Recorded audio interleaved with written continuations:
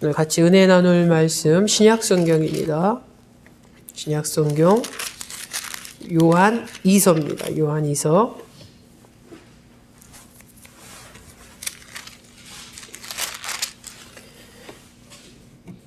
요한 2서 4절부터 6절까지의 말씀, 페이지 수로 395쪽입니다. 요한이서 1장 4절부터 6절까지 말씀, 제가 한 절, 여러분 한 절 교독하도록 하겠습니다. 너희 자녀들 중에 우리가 아버지께 받은 계명대로 진리를 행하는 자를 내가 보니 심히 기쁘도다.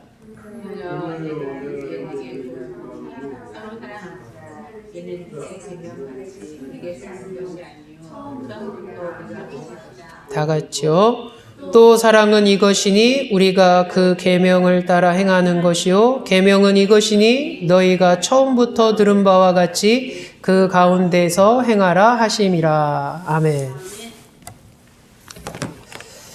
요한 2서 1장 4절부터 6절의 말씀을 중심으로 진리와 사랑의 삶이라는 제목으로 같이 은혜를 나누고자 합니다. 우리가 지난 시간에 요한 2서 1장의 말씀을 시작하면서 그리스도인의 삶 가운데서 누리는 세 가지 귀한 선물이 있음을 우리가 확인합니다. 그리고 그 선물은 하나님 아버지와 그의 아들 예수 그리스도께로부터 받은 선물임을 이 사도 요한이 증거하지요. 첫 번째 선물은 바로 은혜라는 선물입니다. 하나님의 은혜라는. 그러니까 특별히 값없이 주신 놀라운 하나님의 선물이죠. 구원이라는 가장 큰 선물을 비롯해서 우리 삶 가운데 하나님의 은혜가 넘치는 그 은혜라는 선물을 주시죠. 두 번째는 긍휼이라는 선물을 우리에게 주십니다. 우리가 살아가면서 끊임없이 우리를 향한 하나님의 사랑이 끊임없음을 말하죠.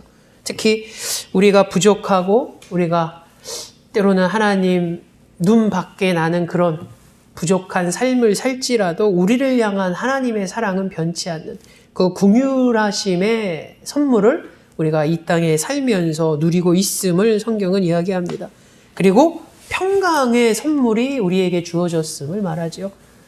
비록 환경이 그리고 내에 처해진 어떤 형편이 평강을 누릴 만한 그런 환경과 형편이 아님에도 불구하고 바로 하나님과 그의 아들 예수 그리스도로 말미암아 우리에게 주어진 놀라운 평안과 화평과 그 안정이 우리에게 주어진 귀한 선물임을 성경은 이야기하고 있고, 저와 여러분들이 이 땅에 그리스도인의 삶을 살아가면서 이렇게 귀한 세 가지의 선물을 다 누리는 성도 되기를 주 예수의 이름으로 축원합니다.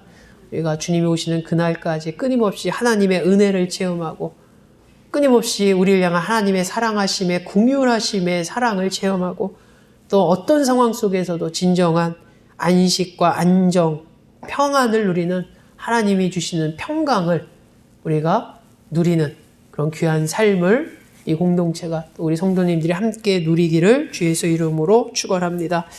그러면서 사도 요한은 진리와 사랑의 삶을 살 것을 우리에게 오늘 본문을 통해서 이야기합니다. 특히 4절을 시작하면서 그들의 삶이 칭찬받을 만한 삶임을 우리는 보게 됩니다. 4절에 보면 너의 자녀들 중에 우리가 아버지께 받은 계명대로 진리를 행하는 자를 보니 내가 보니 심히 기쁘도다 라고 기록하고 있죠. 그러니까 사도 요한이 봤을 때 참 칭찬받을 만한 신앙의 삶을 살아가고 있는 이들의 모습이 오늘 성경에 기록되어져 있습니다.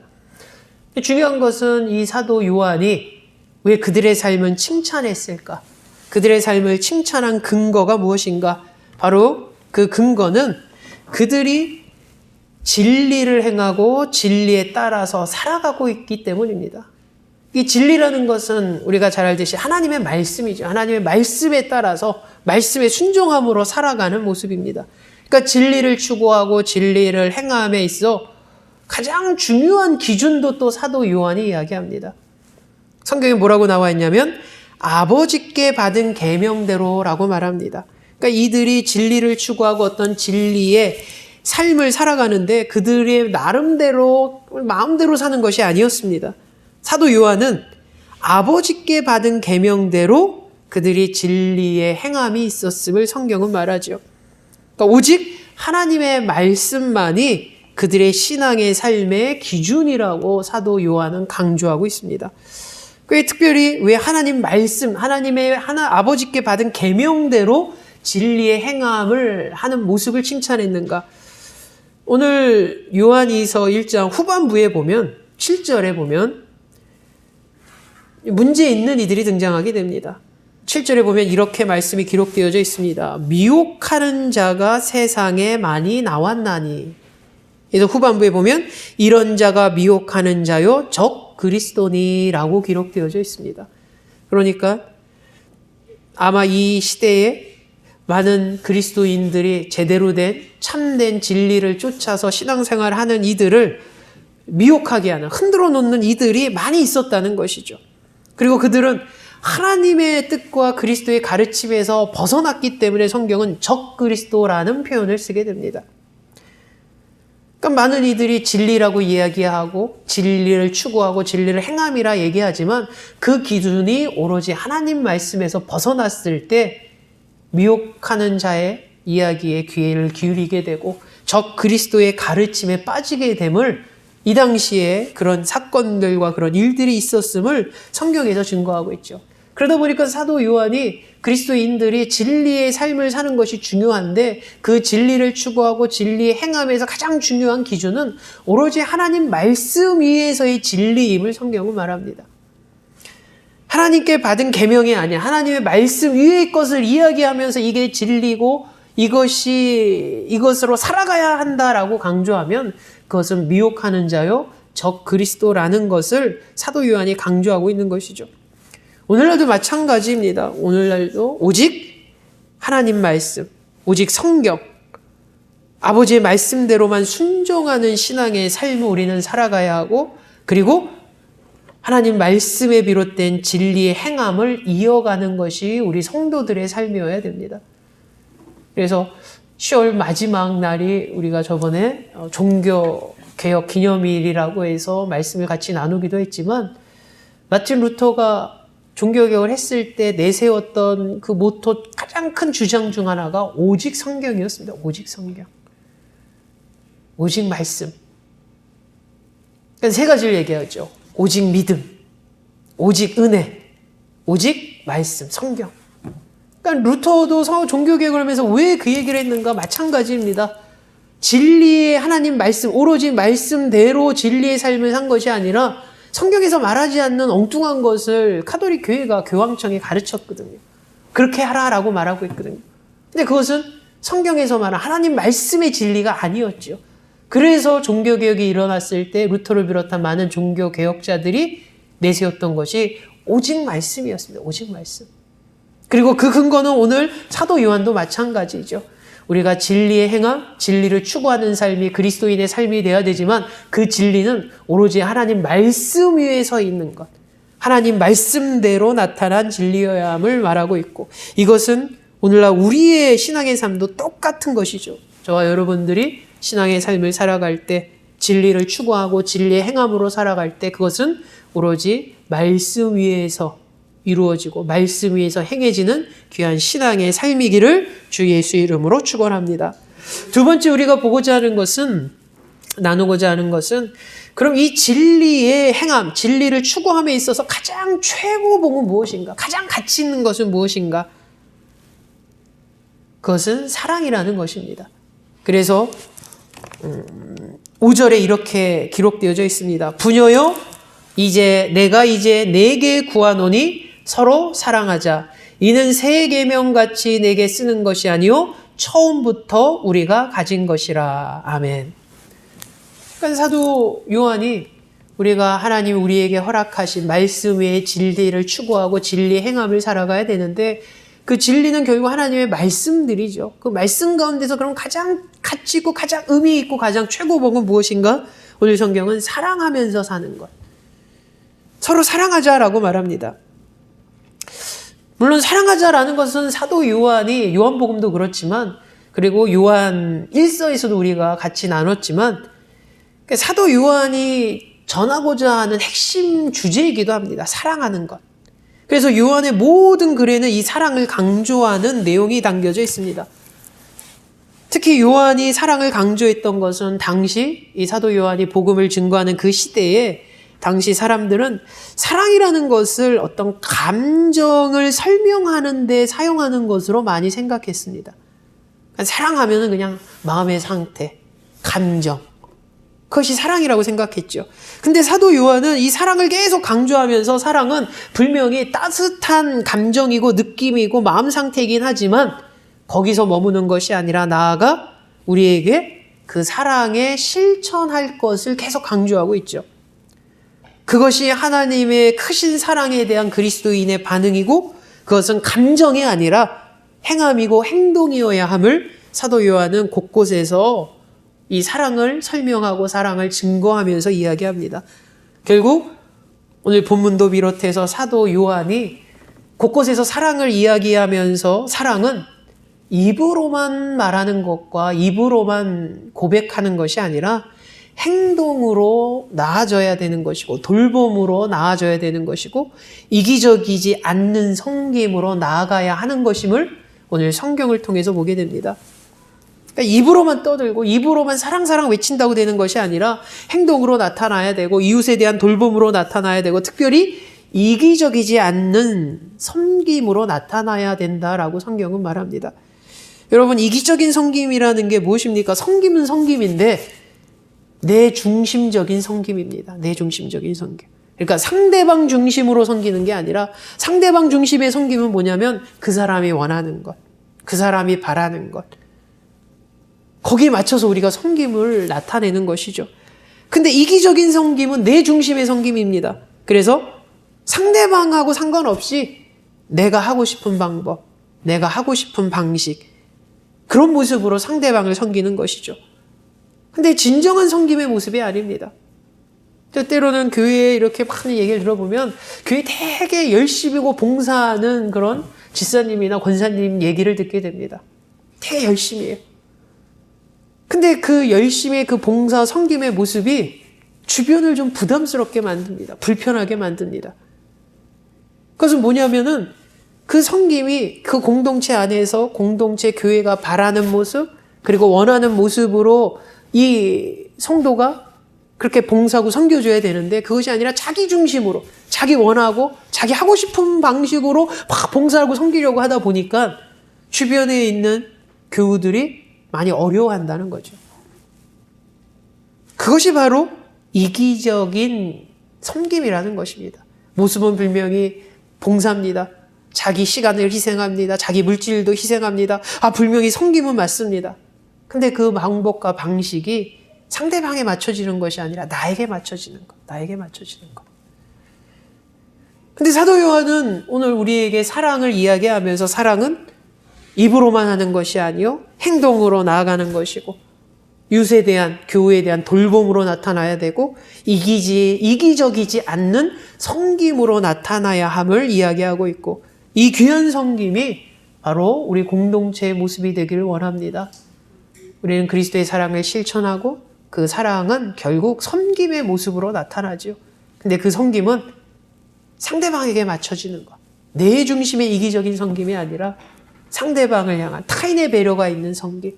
바로 그것이 사랑의 실천이고 아름다운 섬김의 모습임을 우리가 다시 고백하기 원합니다.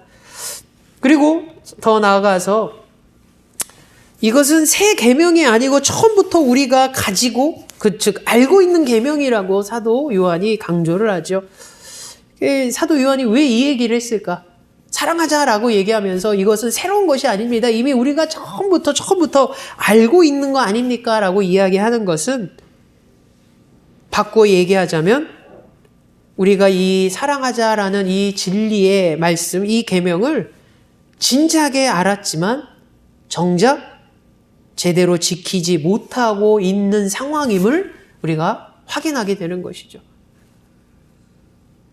그러니까 모르기 때문에 사도 요한이 여러분 우리 서로 사랑합시다. 이게 진리의 하나님의 가르침 중에서 가장 최고봉입니다. 라고 새롭게 알려주는 것이 아니라 사도 요한의 말대로 이것은 우리가 처음 새로운 것이 아니라 이미 알고 있는 것입니다. 라는 이야기 속에서 많은 이들이 이미 알고 있지만 그러나 정작 지키지 못하는 모습이 사랑의 실천임을 오늘 성경은 이야기하고 있습니다.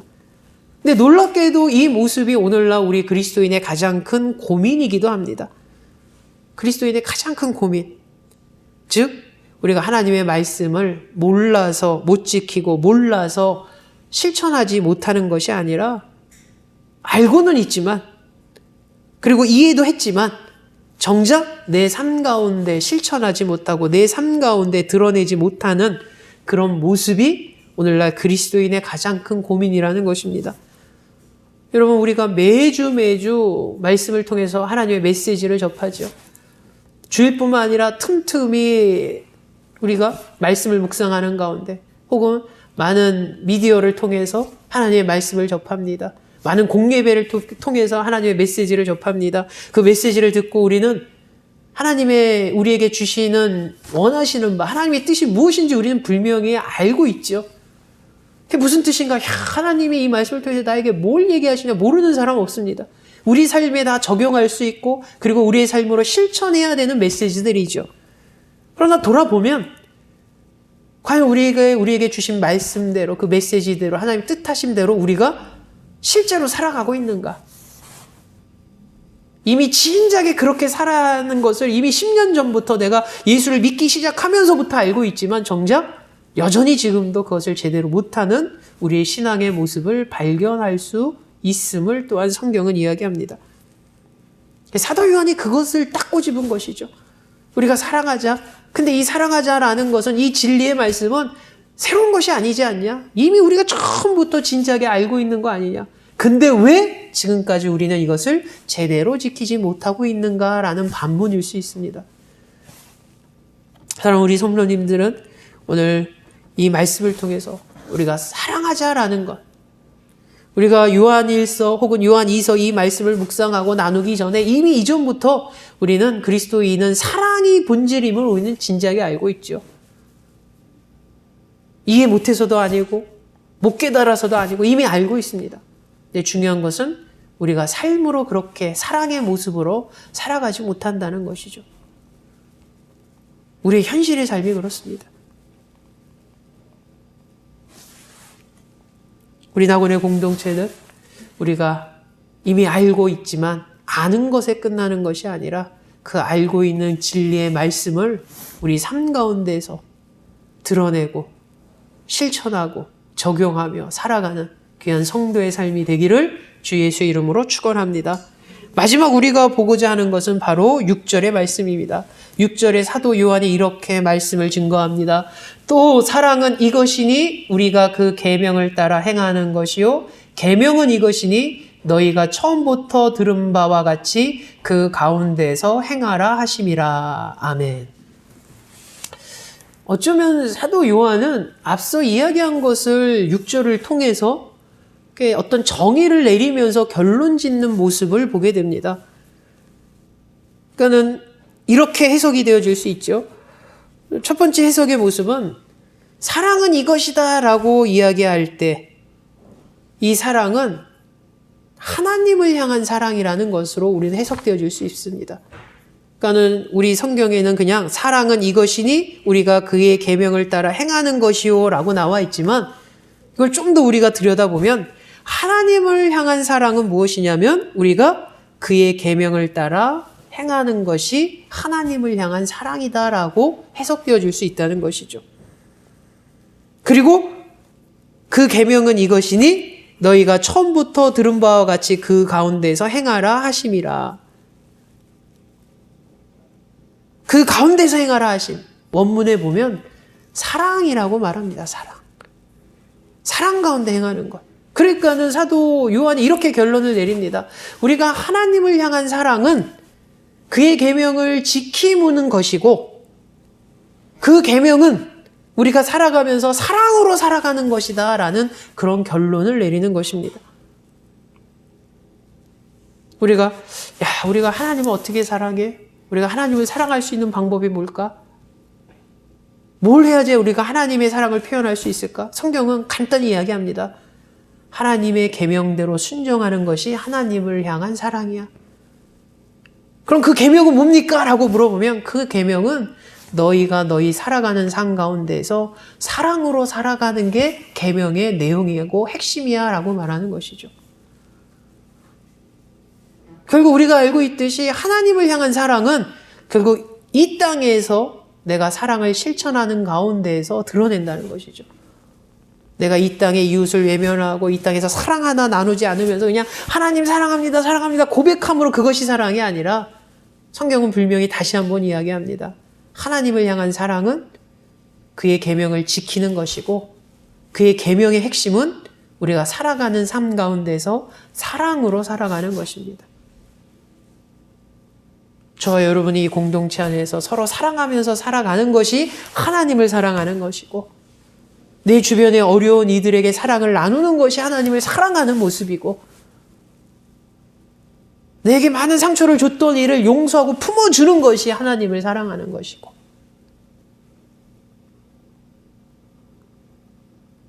그러기에 어떻게 보면 하나님을 사랑하는 것이 쉽기도 하지만 동시에 어려운 것이기도 합니다. 저는 개인적으로 그렇게 생각합니다. 하나님을 사랑한다고 해서 되게 거창하고 막 뭐 큰 것을 뭐 준비하고 하나님을 사랑하는 게 어마어마한 뭔가를 희생하고 막 이것이 아니라 정말 내 주변에 있는 작은 소자들, 연약한 이들을 섬기는 것이 하나님을 사랑하는 거죠. 어렵지 않지 않습니까? 쉽지 않지 않습니까? 근데 또 반대로 내가 원수 같은 이들도 품어주고 원수 같은 일도 내가 안아주는 것이 또 하나님을 사랑하는 모습이라고 하니까 그것이 또 얼마나 어려운 것인가 또한 고민하게 됩니다. 그러니까 하나님을 사랑하는 것은 쉽기도 하지만 어려운 것이기도 하죠. 그래서 저는 믿음을 생각해 봅니다. 믿음이 쉬운 것 같지만 믿음이 또 어렵지 않습니까? 여러분 하나님을 믿는다는 건 믿음. 내가 확신하고 신뢰할 그 믿음.